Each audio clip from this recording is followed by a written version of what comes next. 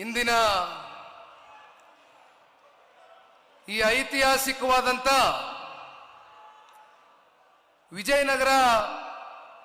ವಿಜಯಪುರ ಜಿಲ್ಲೆಯ ಪವಿತ್ರವಾದಂತ ಒಂದು ಭೂಮಿಯಲ್ಲಿ ಸಿದ್ದೇಶ್ವರ ಅಪ್ಪಾಜಿ ಅವರ ನಡೆದಾಡಿದಿರ್ತಕ್ಕಂಥ ಈ ಒಂದು ಪುಣ್ಯ ಕ್ಷೇತ್ರದಲ್ಲಿ ಸೇರಿರ್ತಕ್ಕಂಥ ಬಿಜಾಪುರ ಜಿಲ್ಲೆ, ಬಾಗಲಕೋಟೆ ಜಿಲ್ಲೆ ಸೇರಿದಂತೆ ಕಿತ್ತೂರು ಕರ್ನಾಟಕದ ಮತ್ತು 5 ಜಿಲ್ಲೆಗಳಿಂದ ಹಳ್ಳಿಗಳಿಂದ ಬಂದು ಇವತ್ತು ಜನತಾ ಪಕ್ಷದ ಈ ಕಾರ್ಯಕ್ರಮದ ಯಶಸ್ಸಿಗೆ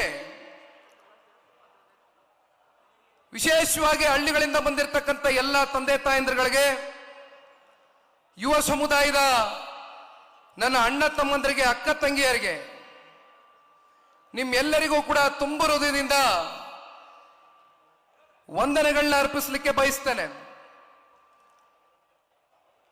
ಈಗಾಗಲೇ ಸಾಕಷ್ಟು ಸಮಯ ಮೀರೋಗಿದೆ. ಮಧ್ಯಾಹ್ನ 12 ಗಂಟೆಗೆ ಸಮಾವೇಶ ಪ್ರಾರಂಭ ಆಗಬೇಕಾಗಿತ್ತು. ಬಹುಶಃ ಇವತ್ತು ದೊಡ್ಡ ಮಟ್ಟದಲ್ಲಿ ಬೃಹತ್ ಸಂಖ್ಯೆಯಲ್ಲಿ ಇವತ್ತು ಈ ಕಾರ್ಯಕ್ರಮಕ್ಕೆ ತಾವೆಲ್ಲರೂ ಕೂಡ ಹಳ್ಳಿಗಳಿಂದ ಏನು ಆಗಮಿಸಿದ್ದೀರಿ, ವೇದಿಕೆ ಮೇಲೆ ಕೂತಾಗ ಸಾಕಷ್ಟು ಜನ ಸ್ಥಳೀಯ ಮುಖಂಡರುಗಳು, ಹಿಂದೆ ಮತ್ತಷ್ಟು ಜನ ಗಾಡಿಯಿಂದ ಇಳಿದಿದ್ದಾರೆ. ಆದರೆ ಬಂದು ಕೂತ್ಕೊಳ್ಳೋದಕ್ಕೆ ಬಹುಶಃ ಜಾಗವೇ ಇಲ್ಲ ಅಂತಕ್ಕಂಥದ್ದು ಬಂಡಪ್ಪಣ್ಣವರು ಏನು ಹೇಳ್ತಾ ಇದ್ದಾರೆ ಹಿಂದೆಯಿಂದ. ಇತ್ತೀಚಿನ ದಿನಗಳಲ್ಲಷ್ಟೇ ಹಾಸನ ಜಿಲ್ಲೆಯಲ್ಲಿ ನಡೆದಂತ ಜನತಾ ಸಮಾವೇಶ ಬಹುಶಃ ಇಡೀ ರಾಜ್ಯಕ್ಕೆ ಒಂದು ದೊಡ್ಡ ಸಂದೇಶವನ್ನ ತಂದುಕೊಟ್ಟಿದೆ. ಅದಾದ ನಂತರ ಕಿತ್ತೂರು ಕರ್ನಾಟಕ ಭಾಗದಲ್ಲಿಯೂ ಕೂಡ ಅದೇ ರೀತಿಯಾದಂತ ಒಂದು ಬೃಹತ್ ಸಮಾವೇಶವನ್ನು ಆಯೋಜನೆ ಮಾಡಿಕೊಳ್ಬೇಕು ಅಂತಕ್ಕಂಥ ಆದೇಶವನ್ನ ಪಕ್ಷದ ವರಿಷ್ಠರು ಕೊಟ್ಟಂತ ಸಂದರ್ಭದಲ್ಲಿ ಬಹುಶಃ ಬಹಳ ಜನ ಅಂದ್ಕೊಂಡಿರ್ತಾರೆ, ಕಿತ್ತೂರು ಕರ್ನಾಟಕ ಭಾಗದಲ್ಲಿ ಜನತಾದಳ ಪಕ್ಷ ಎಲ್ಲಿದೆ ಅಂತ. ಆದರೆ ಕಿತ್ತೂರು ಕರ್ನಾಟಕ ಭಾಗದಲ್ಲಿ ಜನತಾದಳ ಪಕ್ಷ ಅತ್ಯಂತ ಸುಭದ್ರವಾಗಿದೆ, ಗಟ್ಟಿಯಾಗಿ ನೆಲೆ ಊರಿದೆ ಅಂತಕ್ಕಂಥ ವಿಶ್ವಾಸದೊಂದಿಗೆ ತಾವೆಲ್ಲರೂ ಕೂಡ ಇವತ್ತು ಅತ್ಯಂತ ಬೃಹತ್ ಸಂಖ್ಯೆಯಲ್ಲಿ ಈ ಕಾರ್ಯಕ್ರಮಕ್ಕೆ ಆಗಮಿಸಿ ಕಾರ್ಯಕ್ರಮದ ಯಶಸ್ಸಿಗೆ ಪಾತ್ರಧಾರರಾಗಿರ್ತಕ್ಕಂಥ ನಿಮ್ಮೆಲ್ಲರಿಗೂ ಕೂಡ ಮತ್ತೊಮ್ಮೆ ತುಂಬ ಹೃದಯದ ಧನ್ಯವಾದಗಳನ್ನ ಸಲ್ಲಿಸಲಿಕ್ಕೆ ಬಯಸ್ತೇನೆ. ವೇದಿಕೆ ಮೇಲೆ ಆಸೀನರಾಗಿರ್ತಕ್ಕಂಥ ಪಕ್ಷದ ವರಿಷ್ಠರು, ಮಾಜಿ ಪ್ರಧಾನಮಂತ್ರಿಗಳು, ಈ ಪಕ್ಷದ ಸ್ಥಾಪಕರು ಸನ್ಮಾನ್ಯ ಶ್ರೀ ದೇವೇಗೌಡರು ಸಾಹೇಬರ ಮಾರ್ಗದರ್ಶನದಲ್ಲಿ ವೇದಿಕೆ ಮೇಲೆ ಆಸೀನರಾಗಿರ್ತಕ್ಕಂಥ ಕೇಂದ್ರದ ಸಚಿವರು, ಮಾಜಿ ಮುಖ್ಯಮಂತ್ರಿಗಳು, ನಮ್ಮ ಪಕ್ಷದ ಹೆಮ್ಮೆಯ ನಾಯಕರಾಗಿರ್ತಕ್ಕಂಥ ಸನ್ಮಾನ್ಯ ಕುಮಾರಣ್ಣ ಅವರ ನಾಯಕತ್ವದಡಿ ಇಡೀ ರಾಜ್ಯ ವ್ಯಾಪ್ತಿ ಬಂದಿರತಕ್ಕಂಥ ಪಕ್ಷದ ನಾಯಕರುಗಳು ಇವತ್ತು ವೇದಿಕೆ ಮೇಲೆ ಉಪಸ್ಥಿತರಿದ್ದಾರೆ. ಆದರೆ ನಿಜವಾದಂತ ಪಕ್ಷದ ಅಧಿನಾಯಕರು ಅಂತಕ್ಕಂಥದ್ದು ಜನತಾದಳ ಪಕ್ಷದಲ್ಲಿ ಇರ್ತಕ್ಕಂಥವರು ಜನತಾದಳ ಪಕ್ಷದ ಒಬ್ಬ ಸಾಮಾನ್ಯ ಕಾರ್ಯಕರ್ತರುಗಳು ಅಂತಕ್ಕಂಥದನ್ನ ಈ ಸಂದರ್ಭದಲ್ಲಿ ನಾನು ಬಹಳ ಘಂಟಾಘೋಷವಾಗಿ ಹೇಳಲಿಕ್ಕೆ ಬಯಸ್ತೇನೆ. ಬಹಳ ಜನ ರಾಜಕೀಯವಾಗಿ ಜನತಾದಳ ಪಕ್ಷವನ್ನ ವಿರೋಧಿಸಬೇಕು ಅಂತಕ್ಕಂಥ ದೃಷ್ಟಿಯಿಂದ, ರಾಜಕೀಯವಾಗಿ ನಮ್ಮನ್ನ ಟೀಕಿಸಬೇಕು ಅಂತಕ್ಕಂಥ ಹಿನ್ನೆಲೆಯಲ್ಲಿ ಜನತಾದಳ ಪಕ್ಷ ಕೇವಲ ಹಳೆ ಮೈಸೂರು ಪ್ರಾಂತ್ಯಕ್ಕೆ ಸೀಮಿತವಾಗಿರ್ತಕ್ಕಂಥ ಪಕ್ಷ, ಜನತಾದಳ ಪಕ್ಷ ಕೇವಲ ಒಂದು ಜಾತಿಗೆ ಸೀಮಿತವಾಗಿರ್ತಕ್ಕಂಥ ಪಕ್ಷ ಅಂತ ಸುಳ್ಳು ಅಪಪ್ರಚಾರವನ್ನ ಮಾಡ್ತಾ ಇರ್ತಕ್ಕಂಥದ್ದನ್ನ ನಾವು ಹಲವಾರು ವರ್ಷಗಳಿಂದ ನೋಡ್ತಾ ಇದ್ದೇವೆ. ಆದರೆ ಇವತ್ತು ವೇದಿಕೆ ಮೇಲೆ ಬಿಜಾಪುರ ಜಿಲ್ಲೆಯ ಶಾಸಕರು ರಾಜುಗೌಡರು ಕೂಡ ಈಗ ತಾನೇ ಮಾತನಾಡಿದ್ದಾರೆ. ಬಸವನ ಬಾಗೇವಾಡಿಯ ಮುಂಬರ್ತಕ್ಕಂಥ ದಿನಗಳಲ್ಲಿ ಶಾಸಕರಾಗ್ತಕ್ಕಂಥ ಅಪ್ಪುಗೌಡರು ಮಾತನಾಡಿದ್ದಾರೆ. ಜೊತೆಯಲ್ಲಿ ಇಂಡಿಯಾ ಅತ್ಯಂತ ಸಾಮಾನ್ಯರಲ್ಲಿ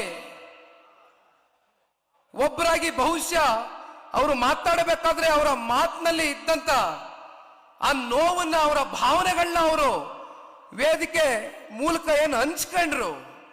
ಒಂದು ನಾನು ಬಿ ಡಿ ಪಾಟೀಲ್ರಿಗೆ ಈ ಸಂದರ್ಭದಲ್ಲಿ ಪಕ್ಷದ ಕಾರ್ಯಕರ್ತನಾಗಿ ಪಕ್ಷದ ವರಿಷ್ಠರ ಮುಂದೆ ತಿಳಿಸಲಿಕ್ಕೆ ಬಯಸ್ತೇನೆ. ಬಿ ಡಿ ಪಾಟೀಲ್ರು ಆರ್ಥಿಕವಾಗಿ ಸದೃಢರು ಇಲ್ಲದೆ ಇರಬಹುದು, ಆದರೆ ಅವರಲ್ಲಿ ಇರ್ತಕ್ಕಂಥ ಹೃದಯ ಶ್ರೀಮಂತಿಕೆ ಬಹುಶಃ ಮುಂದೊಂದು ದಿನ 2 ಚುನಾವಣೆಗಳಲ್ಲಿ ಸನ್ಮಾನ್ಯ ಕುಮಾರಣ್ಣವರು ಹಾಗೂ ಸನ್ಮಾನ್ಯ ದೇವೇಗೌಡರು ಸಾಹೇಬರು ಪಕ್ಷದಿಂದ ಅವರಿಗೆ ಇಂಡಿ ವಿಧಾನಸಭಾ ಕ್ಷೇತ್ರದಿಂದ ಸ್ಪರ್ಧೆ ಮಾಡತಕ್ಕಂಥ ಒಂದು ಅವಕಾಶವನ್ನ ಏನು ಕೊಟ್ಟಿದ್ರು. ಅತ್ಯಂತ ಅಲ್ಪ ಮತದಿಂದ ಅವರು ಪರಾರ್ಜಿತಗೊಂಡಿದ್ರು ಕೂಡ ಬಹುಶಃ ಅವರು ಅತ್ಯಂತ ಜನಪ್ರಿಯತೆ ಮತ್ತೆ ಜನಾನುರಾಗಿಗಳಾಗಿ ಇಂಡಿ ವಿಧಾನಸಭಾ ಕ್ಷೇತ್ರದಲ್ಲಿ ಇವತ್ತಿಗೂ ಕೂಡ ಹೋರಾಟದ ಕಿಚ್ಚಿಂದ ಬಿಡದೆ ಓಡ್ತಾ ಇರ್ತಕ್ಕಂಥದ್ದು ನೋಡಿದ್ರೆ 100ಕ್ಕೆ 100 ಇಂಡಿ ಭಾಗದಿಂದ ಬಂದಿರತಕ್ಕಂಥ ಎಲ್ಲ ತಂದೆ ತಾಯಂದಿರುಗಳು, ಯುವಕ ಮಿತ್ರರು ಮುಂದೊಂದು ದಿನ ಬಿ ಡಿ ಪಾಟೀಲ್ರನ್ನ ಶಾಸಕರಾಗಿ ಮಾಡ್ತೀರಾ ಅಂತಕ್ಕಂಥ ಸಂಪೂರ್ಣ ಆತ್ಮವಿಶ್ವಾಸ ಈ ಪಕ್ಷದ ಒಬ್ಬ ಯುವ ಕಾರ್ಯಕರ್ತನಾಗಿ ನನ್ನಲ್ಲಿದೆ. ಪಾಪ ಕೇಳ್ತೀರಾ, ಜನತಾದಳ ಪಕ್ಷ ಒಂದು ಜಾತಿಗೆ ಸೀಮಿತ ಅಂತ. ಬಿ ಡಿ ಪಾಟೀಲ್ರು ಒಬ್ಬ ಕುರುಬ ಸಮುದಾಯದಿಂದ ಬಂತಕ್ಕಂಥ ಒಬ್ಬ ವ್ಯಕ್ತಿ. ಜನತಾದಳ ಪಕ್ಷ ಯಾವತ್ತಿಗೂ ಕೂಡ ಒಂದು ಜಾತಿಗೋ ಧರ್ಮಕ್ಕೋ ಸಮುದಾಯಕ್ಕೋ ಸೀಮಿತವಾಗಿ ಈ ಪಕ್ಷ 25 ವರ್ಷ ಈ ರಾಜ್ಯದಲ್ಲಿ ಪೂರೈಕೆಯನ್ನ ಮಾಡಿಲ್ಲ.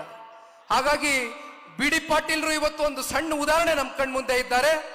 ನಾಗ್ಠಣ ವಿಧಾನಸಭಾ ಕ್ಷೇತ್ರದ ನಿಕಟಪೂರ್ವ ಶಾಸಕರು ದೇವಾನಂದ್ ಚೌಹಾಣ್ಜಿರವರು ಮತ್ತೆ ಅವರ ಧರ್ಮಪತ್ನಿ ಸುನೀತಮ್ಮ ಅವರು ಕೂಡ ಇಲ್ಲೇ ಎಲ್ಲೋ ಬಹುಶಃ ಇಲ್ಲೇ ಕೂತಿದ್ದಾರೆ ವೇದಿಕೆ ಮೇಲೆ. ಬಹುಶಃ ಇವತ್ತಿನ ಈ ಒಂದು ಸಮಾವೇಶ ಪ್ರಾರಂಭ ಆದಾಗ ಒಂದು ಕಿರುಚಿತ್ರವನ್ನ ನಾವು ನೋಡ್ತಾ ಇದ್ವು. ಅದರಲ್ಲಿ ಸನ್ಮಾನ್ಯ ದೇವೇಗೌಡರು ಸಾಹೇಬರು ಯಾವ ರೀತಿ ಅವರ ಹೋರಾಟದ ಬದುಕನ್ನ ಸಂಪೂರ್ಣವಾಗಿ ಜನರಿಗೋಸ್ಕರ ಮುಡಿಪಿಟ್ಟರು ಅಂತಕ್ಕಂಥದನ್ನ 1982, 83, 85, 89 ಇವೆಲ್ಲವೂ ಕೂಡ ಕಿರುಚಿತ್ರಗಳಲ್ಲಿ ಪ್ರದರ್ಶನ ಆಗ್ತಾ ಇದ್ದದನ್ನ ನಾವು ನೋಡ್ತಾ ಇದ್ವಿ. ಬಿಜಾಪುರ ಜಿಲ್ಲೆ ಮತ್ತೆ ಬಾಗಲಕೋಟೆ ಜಿಲ್ಲೆಯಲ್ಲಿ ಆಧುನಿಕ ಭಗೀರಥ ಅಂತಕ್ಕಂಥದ್ದು ಅನ್ನಿಸ್ಕೊಂಡಿದ್ರೆ ಯಾರಾದ್ರೂ ಅದು ಪುಣ್ಯಾತ್ಮ ಸನ್ಮಾನ್ಯ ದೇವೇಗೌಡರು ಸಾಹೇಬ್ರು ಇವತ್ತೇನಿಲ್ ಕೂತಿದ್ದಾರೆ ಈ ವೇದಿಕೆಯಲ್ಲಿ. ನಾನಿವತ್ತು ಒಂದು ಮಾತನ್ನ ತಿಳಿಸ್ಲಿಕ್ಕೆ ಬಯಸ್ತೇನೆ, ಒಂದು 2-3 ಅಂಶಗಳನ್ನ ಪ್ರಸ್ತಾವನೆಯನ್ನ ಮಾಡ್ಲಿಕ್ಕೆ ಬಯಸ್ತೇನೆ. 1983ರಲ್ಲಿ ಮೊದಲನೇ ಬಾರಿ ಸನ್ಮಾನ್ಯ ದೇವೇಗೌಡರು ಸಾಹೇಬರು ನೀರಾವರಿ ಸಚಿವರಾಗಿ ಕೆಲಸವನ್ನ ಏನೋ ಕೈಗೆ ಎತ್ಕೊಂಡ್ರು. ಬಹುಶಃ ಅವತ್ತಿನ ಸಂದರ್ಭದಲ್ಲಿ ಗುತ್ತಿಗೆದಾರರು ಮತ್ತೆ ಅಧಿಕಾರಿಗಳ ಮಧ್ಯೆ ಸಾಕಷ್ಟು ವಿವಾದಗಳಿತ್ತು. ಆ ವಿವಾದಗಳು ಬಹಳ ಕಾಲದಿಂದ ನಿರಂತರವಾಗಿ ನಡ್ಕೊಂಡ್ ಬರ್ತಾ ಇತ್ತು. ಆದ್ರೆ ಆ ವಿವಾದಕ್ಕೆ ಅಂತಿಮ ತೆರೆಯನ್ನ ಎಳೆದು ಒಂದು ಸೆಟಲ್ಮೆಂಟ್ ಫಾರ್ಮುಲಾ ಅಂತಕ್ಕಂಥದನ್ನ ಜಾರಿ ಮಾಡ್ತಾರೆ. ಬಹುಶಃ ಅದು ಮಾಡುವ ಮೂಲಕ ಮತ್ತೆ ಏನೇನು ನೆನೆಗುದ್ದಿಗೆ ಬಿದ್ದಂತ ನೀರಾವರಿ ಯೋಜನೆಗಳಿಗೆ ಮರುಜೀವವನ್ನ ತಂದ್ಕೊಟ್ಟಂತವ್ರು ಇದೇ ಸನ್ಮಾನ್ಯ ದೇವೇಗೌಡರು ಸಾಹೇಬರು. ಮತ್ತೆ ಬಿಜಾಪುರಕ್ಕೆ ಬರ್ತಾ ಇದ್ದಂಗೆ ನಾವೆಲ್ಲರೂ ಕೂಡ ಆಲ್ಮಟ್ಟಿ ಬಗ್ಗೆ ಚರ್ಚೆ ಮಾಡ್ತೇವೆ. ಕಾರ್ಯಕರ್ತರು ಯಾವಾಗ್ಲೂ ಹೇಳ್ತಾ ಇರ್ತೀರಿ, ಆಲ್ಮಟ್ಟಿ ಗೋಡೆಯನ್ನ ಎತ್ತರ ಮಾಡಿದ್ರು ಅಂತ. ಗೋಡೆಯನ್ನ ಎತ್ತರ ಮಾಡ್ತಕ್ಕಂಥದ್ದು ಬಹುಶಃ ಹಂತವಾಗಿ ನಡೀತಾ ಇರ್ತಕ್ಕಂಥ ಆ ಹಿಂದಿನ ಸಂಪ್ರದಾಯ ಏನಿತ್ತು ಅದಕ್ಕೂ ಮೀರಿ ದೇವೇಗೌಡರು ಸಾಹೇಬರು ಒಂದು ಆಲೋಚನೆಯನ್ನ ಮಾಡಿದ್ರು.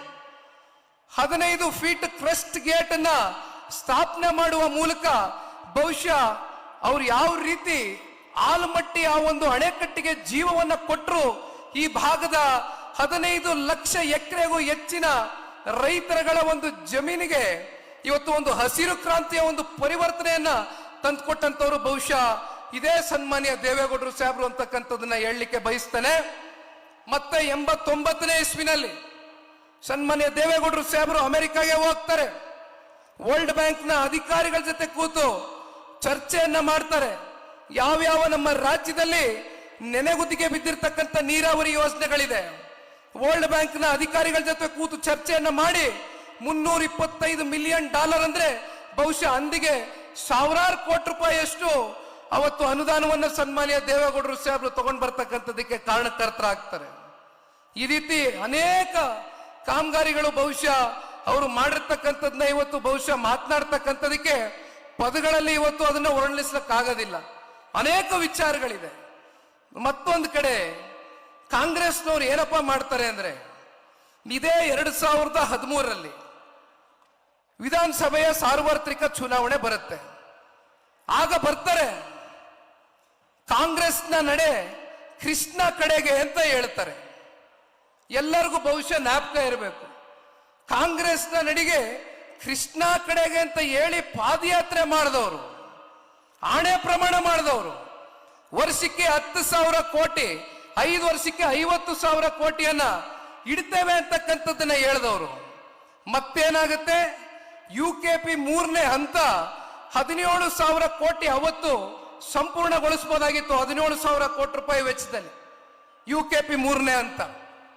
ಆದ್ರೆ ಸುಳ್ಳು ಭರವಸೆಗಳನ್ನ ಕೊಟ್ಟು ಬಂದಂತ ಕಾಂಗ್ರೆಸ್ನವರು ಸಂಪೂರ್ಣ ಬಹುಮತದಿಂದ ಸರ್ಕಾರವನ್ನ ಮಾಡ್ತಾರೆ, ಆಡಳಿತವನ್ನ ಮಾಡ್ತಾರೆ.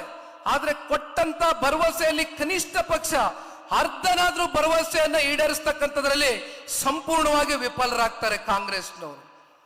ಅವರು ಮಾಡಿದಂತ ಪಾಪದ ಫಲವೇ 17,000 ಕೋಟಿಗೆ ಇದ್ದಂತ ಒಂದು ಪ್ರಾಜೆಕ್ಟ್ ಕಾಸ್ಟ್ ಏನಿತ್ತು, ಆ ಕಾಸ್ಟ್ ಎಸ್ಕಿಲೇಷನ್ ಆಗಿ 87,000 ಕೋಟಿಗೆ ಇವತ್ತು ಹೋಗಿ ತಲುಪಿದೆ. ಹತ್ತತ್ರ 70,000 ಕೋಟಿಯಷ್ಟು 17,000 ಕೋಟಿಗೆ ಆಗ್ಬೇಕಾದಂತ ಕಾಮಗಾರಿ ಸಂಪೂರ್ಣ ಕಾಸ್ಟ್ ಎಸ್ಕಿಲೇಷನ್ ಆಗಿ ಗಗನಕ್ಕೆ ಹೋಗಿ ತಲುಪಿದೆ. ಮತ್ತೆ 2023 ಮೊನ್ನೆ ನಡೆದಂತ ಸಾರ್ವತ್ರಿಕ ವಿಧಾನಸಭಾ ಚುನಾವಣೆಯಲ್ಲಿ ಅಲ್ಲಿಯೂ ಒಂದು ಮಾತು ಕೊಡ್ತಾರೆ. ಏನ್ ಹೇಳ್ತಾರೆ, ಇಡೀ ರಾಜ್ಯದಲ್ಲಿ ನೆನೆಗುತ್ತಿಗೆ ಬಿದ್ದಿರ್ತಕ್ಕಂಥ ನೀರಾವರಿ ಯೋಜನೆಗಳಿಗೆ 2 ಲಕ್ಷ ಕೋಟಿ ಕೊಡ್ತೀವಿ 5 ವರ್ಷದಲ್ಲಿ ಅಂತ ಪ್ರಣಾಳಿಕೆಯಲ್ಲಿ ಇದೇ ಕಾಂಗ್ರೆಸ್ನವರು ಹೇಳ್ಕೊಂಡಿದ್ದಾರೆ. ಅಂದ್ರೆ ವರ್ಷಕ್ಕೆ 40,000 ಕೋಟಿ. ಇಲ್ಲಿಯವರೆಗೂ ಎಷ್ಟು ಕೊಡಕ್ಕಾಗಿದೆ?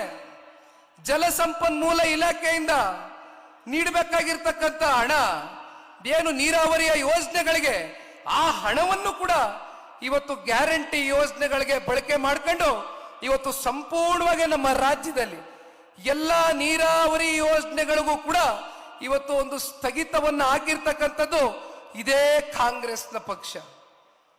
ಇವತ್ತು ಸನ್ಮಾನ್ಯ ಕುಮಾರಣ್ಣವರು ಈ ವೇದಿಕೆ ಮೇಲೆ ಕುಳಿತಿದ್ದಾರೆ. ಕುಮಾರಣ್ಣವರು ಈ ರಾಜ್ಯದ ಮುಖ್ಯಮಂತ್ರಿಗಳಾದಾಗ ಒಂದು ಸುವರ್ಣ ಯುಗ ಕರ್ನಾಟಕ ರಾಜ್ಯ ನೋಡಿದಂತ ದಿನಗಳು. ಬಹುಶಃ ಇವತ್ತು ನಾವು ನೀವು ಅನೇಕ ಬಾರಿ ಚರ್ಚೆ ಮಾಡ್ತಾ ಇರ್ತೇವೆ. 2 ಬಾರಿ ರೈತರ ಸಾಲ ಮನ್ನಾ ಮಾಡಿದ್ದಾರೆ, ಜೊತೆಯಲ್ಲಿ ಗ್ರಾಮ ವಾಸ್ತವ್ಯ ಅಂತಕ್ಕಂಥ ಯೋಜನೆಗಳು, ಭಾಗ್ಯಲಕ್ಷ್ಮಿ ಯೋಜನೆ ಇರ್ಬೋದು, ಸೈಕಲ್ ವಿತರಣೆ ಕಾರ್ಯಕ್ರಮಗಳಿರ್ಬೋದು, ಸಾರಾಯಿ ಲಾಟ್ರಿಯನ್ನ ನಿಷೇಧ ಮಾಡಿದಂಥದ್ದು ಇರ್ಬೋದು. ಈ ರೀತಿ 10 ಹಲವಾರು ಕಾರ್ಯಕ್ರಮಗಳನ್ನ ಅತ್ಯಂತ ಅಲ್ಪ ಅವಧಿಯಲ್ಲಿ ಕೊಟ್ಟಂಥದ್ದು ಸನ್ಮಾನ್ಯ ಕುಮಾರಣ್ಣ ಅವರು. ಪಾಪ ಬಹಳ ಜನ ನಮ್ಮನ್ನ ಹೀಯಾಳಿಸ್ತಾ ಇರ್ತಾರೆ. ಜನತಾದಳ ಪಕ್ಷ ಸಂಪೂರ್ಣ ಬಹುಮತದಿಂದ ಈ ರಾಜ್ಯದಲ್ಲಿ ಸರ್ಕಾರವನ್ನು ಸ್ಥಾಪನೆ ಮಾಡಕ್ ಆಗೋದಿಲ್ಲ ಅಂತ ವಿರೋಧಿಗಳಿಗೆ ಇವತ್ತು ಈ ವೇದಿಕೆ ಮೂಲಕ ನಾನು ಒಂದು ಮಾತನ್ನ ತಿಳಿಸ್ಲಿಕ್ಕೆ ಬಯಸ್ತೇನೆ. ಯುದ್ಧದಲ್ಲಿ ಸೈನಿಕರು ಎಷ್ಟು ದೊಡ್ಡ ಗಾತ್ರದಲ್ಲಿ ಇದ್ದಾರೆ ಅಂತಕ್ಕಂಥದ್ದು ಮುಖ್ಯ ಅಲ್ಲ, ಸೈನ್ಯಾಧಿಪತಿಗೆ ಇರ್ತಕ್ಕಂಥ ಧೈರ್ಯ ಎಂತದ್ದು ಅಂತಕ್ಕಂಥದ್ದು ಮುಖ್ಯ.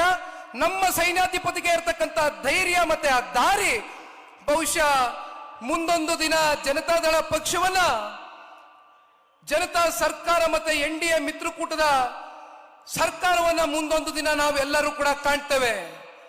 ಕುಮಾರಣ್ಣ ಅವರು ನಾಯಕರಷ್ಟೇ ಅಲ್ಲ, is just not a leader, is the total majority ಅಂತಕ್ಕಂಥದ್ದು ಮುಂಬರ್ತಕ್ಕಂಥ ದಿನಗಳಲ್ಲಿ ಬಹುಶಃ ಸಾಬೀತು ಮಾಡ್ತಕ್ಕಂಥ ದಿನ ಬಹಳ ದೂರ ಇಲ್ಲ ಅಂತಕ್ಕಂಥದನ್ನ ಈ ಸಂದರ್ಭದಲ್ಲಿ ನಾನು ಬಹಳ ಗಟ್ಟಿಯಾಗಿ ಕಾರ್ಯಕರ್ತನಾಗಿ ನಂಬಿದ್ದೇನೆ. ಬಹಳ ಜನ ಮಾಧ್ಯಮದ ಸ್ನೇಹಿತರು ಬೆಳಗ್ಗೆಯೂ ಕೂಡ ನನಗೆ ಪ್ರಶ್ನೆ ಮಾಡ್ತಾ ಇದ್ರು, ಸರ್ 3 ವರ್ಷ ಆಯ್ತು, ಯಾವಾಗ ಬೀದಿಗಿಳಿತೀರಿ, ಯಾವಾಗ ಹೋರಾಟ ಮಾಡ್ತೀರಿ, ಯಾವಾಗ ಕೈಗೆ ಎತ್ಕತ್ತೀರಿ? ಎಲ್ಲರೂ ಕೂಡ ಬೇಸತ್ತಿದ್ದಾರೆ, ನಿಮ್ಮ ಪಕ್ಷ ಯಾವಾಗ ಬೀದಿಗಿಳಿತೀರಿ ಅಂತ. ನಾವು ಒಂದು ಸ್ವಲ್ಪ ಸಮಯ ಕೊಡೋಣ ಅಂತ ಕಾಯ್ತಾ ಇದ್ವಿ. ಪಕ್ಷ ಸಂಘಟನೆ ದೃಷ್ಟಿಯಿಂದ ರಾಜ್ಯ ಪ್ರವಾಸ ಹೆಚ್ಚು ಕಮ್ಮಿ ಮುಕ್ತಾಯ ಆಗ್ತಾ ಬಂದಿದೆ. ಮುಂದಿನ ತಿಂಗಳಿಂದ ಸನ್ಮಾನ್ಯ ದೇವೇಗೌಡರು ಸಾಹೇಬರ ಮಾರ್ಗದರ್ಶನವಿದೆ, ಸನ್ಮಾನ್ಯ ಕುಮಾರಣ್ಣ ಅವರ ನಾಯಕತ್ವದಡಿ ಪಕ್ಷ ಇನ್ನು 2 ವರ್ಷಗಳ ಕಾಲ ನಿರಂತರವಾಗಿ ಬೀದಿಗೆ ಇಳಿದು ಹೋರಾಟವನ್ನ ಮಾಡ್ತಕ್ಕಂಥ ಶಪಥವನ್ನ ಪ್ರತಿಜ್ಞೆಯನ್ನ ಇವತ್ತು ನಮ್ಮ ಬಿಜಾಪುರ ಜಿಲ್ಲೆಯ ಈ ಒಂದು ಸಮಾವೇಶದ ಮೂಲಕ ಈ ಪಕ್ಷದ ಒಬ್ಬ ಯುವ ಕಾರ್ಯಕರ್ತನಾಗಿ ಬಹಳ ಗಟ್ಟಿಯಾಗಿ ನಿಮಗೆ ತಿಳಿಸ್ಲಿಕ್ಕೆ ಬಯಸ್ತಾ ಇದ್ದೇನೆ. ಬಹುಶಃ ಈಗಾಗಲೇ ಸಮಯ ಸಾಕಷ್ಟು ಮೀರೋಗಿದೆ, ಇನ್ನೂ ಮಾತನಾಡ್ತಕ್ಕಂಥದಕ್ಕೆ ಹಲವಾರು ವಿಚಾರಗಳಿದೆ. ಆದ್ರೆ ತಾವೆಲ್ಲರೂ ಕೂಡ ಬಹಳ ದೂರದಿಂದ ಬಂದಿದ್ದೀರಿ. ಮತ್ತೆ ತಾವೆಲ್ಲರೂ 70 ಕಿಲೋಮೀಟರ್, 90 ಕಿಲೋಮೀಟರ್, 100 ಕಿಲೋಮೀಟರ್ ದೂರದಿಂದ ಹಳ್ಳಿಗಳಿಂದ ಬಂದಿರತಕ್ಕಂಥ ತಾಯಂದಿಗಳು ಜಾಸ್ತಿ ಜನ ಇದ್ದಾರೆ, ಹಿರಿಯಕರು ತುಂಬಾ ಜನ ಇದ್ದಾರೆ. ಯುವಕರೇನೋ 1-2 ಗಂಟೆ ತಡೆ ಆದ್ರೂ ಕೂಡ ಮನೆಗೆ ಹೋಗ್ತೀರಿ, ಆದ್ರೆ ಎಲ್ಲೂ ಕೂಡ ನಿಮಗೆ ವ್ಯತ್ಯಾಸ ಆಗ್ಬಾರ್ದು. ಹಾಗಾಗಿ ಸನ್ಮಾನ್ಯ ಕುಮಾರಣ್ಣ ಅವರು ಮತ್ತೆ ದೇವೇಗೌಡರು ಸಾಹೇಬರು ನಿಮ್ಮನ್ನ ಉದ್ದೇಶಿಸಿ ಮಾತನಾಡ್ತಾರೆ. ಸಮಯ 2.5 ಗಂಟೆ ಆಗಿದೆ, ಇನ್ನೊಂದು ಮುಕ್ಕಾಲು ಗಂಟೆ ದಯಮಾಡಿ ಯಾವ ರೀತಿ ತಾವೆಲ್ಲರೂ ಶಾಂತಿಯುತವಾಗಿ ಪ್ರೀತಿ ಗೌರವ ಅಭಿಮಾನದಿಂದ ಕೂತಿದ್ದೀರಿ, ಇದೇ ರೀತಿ ಎಲ್ಲರೂ ಕೂಡ ಕೂತು ಸನ್ಮಾನ್ಯ ಕುಮಾರಣ್ಣ ಅವರು ಮತ್ತೆ ಮಾನ್ಯ ದೇವೇಗೌಡರು ಸಾಹೇಬರು ಮಾತನಾಡ್ತಕ್ಕಂಥ ವಿಚಾರಗಳನ್ನ ಸೂಕ್ಷ್ಮವಾಗಿ ಗಮನಿಸಬೇಕು ಅಂತಕ್ಕಂಥದ್ದು ಈ ಸಂದರ್ಭದಲ್ಲಿ ಪಕ್ಷದ ಕಾರ್ಯಕರ್ತರಾಗಿ ನಿಮ್ಮೆಲ್ಲರಿಗೂ ಕೂಡ ವಂದಿಸಿ ನನ್ನ 2 ಮಾತನ್ನು ಮುಗಿಸ್ತೇನೆ. ಜೈ ಹಿಂದ್, ಜೈ ಕರ್ನಾಟಕ ಮಾತೆ, ಜೈ JDS. ಧನ್ಯವಾದ. ಹೆಚ್ಚಿನ ವಿಡಿಯೋಗಳಿಗೆ ಪ್ರತಿಧ್ವನಿ ಯೂಟ್ಯೂಬ್ ಚಾನೆಲ್ ಸಬ್ಸ್ಕ್ರೈಬ್ ಮಾಡಿ, ಬೆಲ್ ಐಕಾನ್ ಕ್ಲಿಕ್ ಮಾಡಿ.